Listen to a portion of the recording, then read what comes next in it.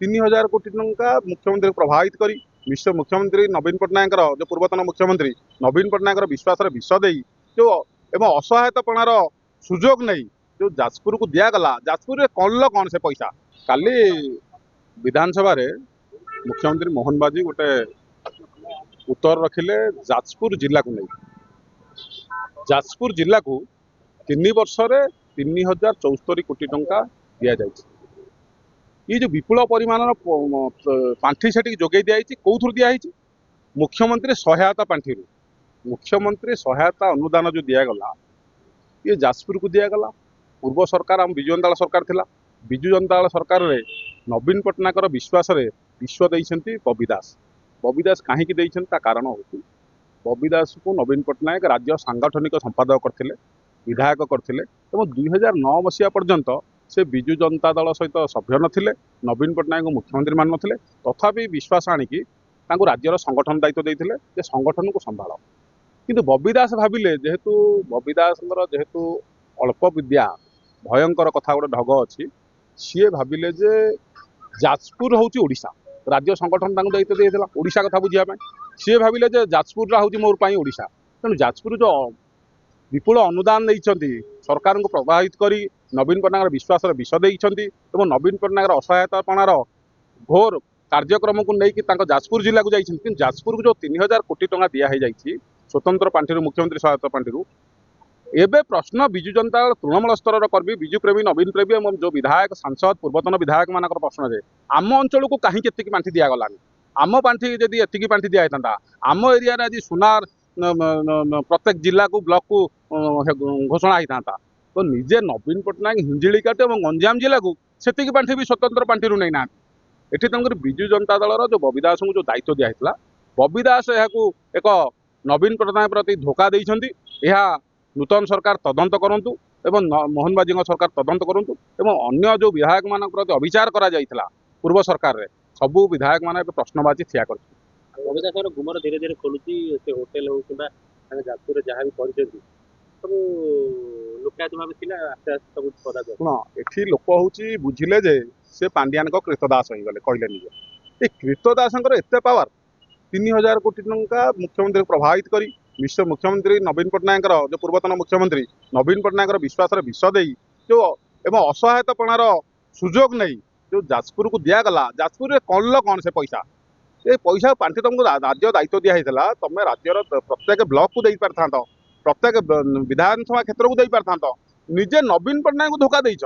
गंजाम जिला को सुन मुख्यमंत्री सहायता पांठि निजे मुख्यमंत्री से जिलार हिंजिली काटी को सुन तेणुक ये प्रश्न आज नवीन पट्टनायक विश्वास जो विष देता निश्चिंत दिना विजु जनता से कलंकित अध्यायर नायक बोली बबी दास विजु जनता प्रत्येक कर्मी आज भावुं बीजेपी कहला नवीन बाबू स्वास्थ्य परीक्षा करवा स्वास्थ्य ठीक अच्छे कि जो बीजेपी सरकार को पलि आसला बर्तमान नवीन बाबू चलचल से मोदी से कथा गला कड़े शुणु मोदी निर्वाचन प्रचार बेले मान्यवर प्रधानमंत्री मोदी कहते नवीन पट्टनायक आम विजु जनता राज्य सभापति तथा विरोधी दल नेता पूर्वतन मुख्यमंत्री नवीन पट्टनायक बंधु बेले अभिहित करते एवं बंधु को गोटे भल कथा से कहते मो बंधु स्वास्थ्य अवस्था को जांच करी सरकार 3 मास हो गला मान्यवर प्रधानमंत्री की अनुरोध करुच्ची मो प्रिय नेता नवीन पट्टनायक को स्वास्थ्य अवस्था जांच करूँ जो कथा कहते कथा रखु नवीन पट्टनायक कौन स्वास्थ्य अवस्था जांच करने जो आप तो साधारण लोक नुह जड़े जे नड्डा कही था भारतीय जनता पार्टी देशर सभापति भारतर सभापति सी जदि कही था आम कही था होती गोटे राजनीतिक बयानबाजी कर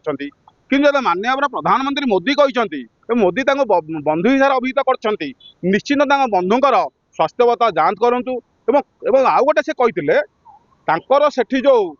तामिल माफिया राज चली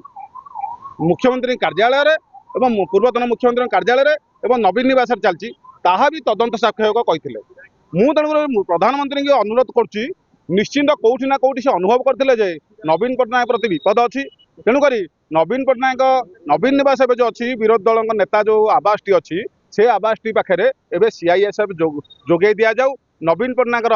स्वास्थ्य और सुरक्षा दृष्टि से सीआईएसएफ जोगाद और माननीय प्रधानमंत्री विनीत अनुरोध ବିଜୁ ପ୍ରେମୀ ନବୀନ ପ୍ରେମୀ ଏବଂ ବିଜୁ ଜନତା ଦଳ ଅଗଣିତ କର୍ମୀଙ୍କ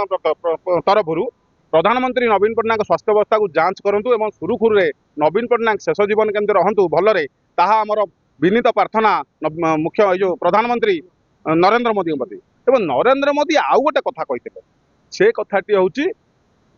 ଏ ଯେଉଁ ଭାଷଣ ବେଳେ, ଯେଉଁ ନିର୍ବାଚନ ପ୍ରଚାର ବେଳେ, ଲାଷ୍ଟ 6 ମାସେ ମାଫିଆ ମାନଙ୍କ ଅଣ୍ଟା ଭାଙ୍ଗିଦେବି।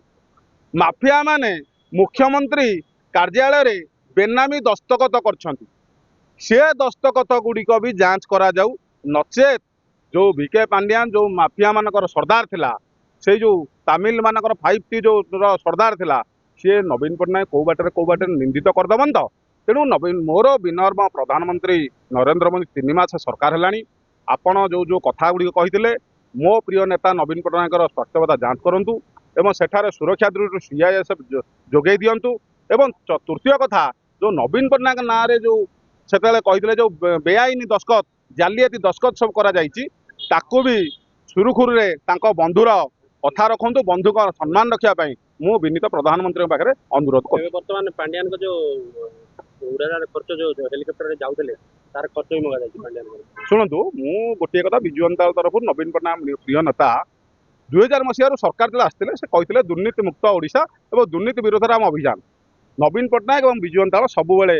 ସମ୍ମାନ ଦେଉଛି ଏବଂ ଯେକୌଣସି ତଦନ୍ତ ସରକାର କରୁଛନ୍ତି, ରାଜ୍ୟ ସରକାର କରନ୍ତୁ କି କେନ୍ଦ୍ର ସରକାର, ଡବଲ ଇଞ୍ଜିନିୟର ସରକାର ଡବଲ ତଦନ୍ତ କରନ୍ତୁ, ତାକୁ ବିଜୁ ଜନତା ଦଳ ସବୁବେଳେ ସ୍ୱାଗତ କରୁଛି।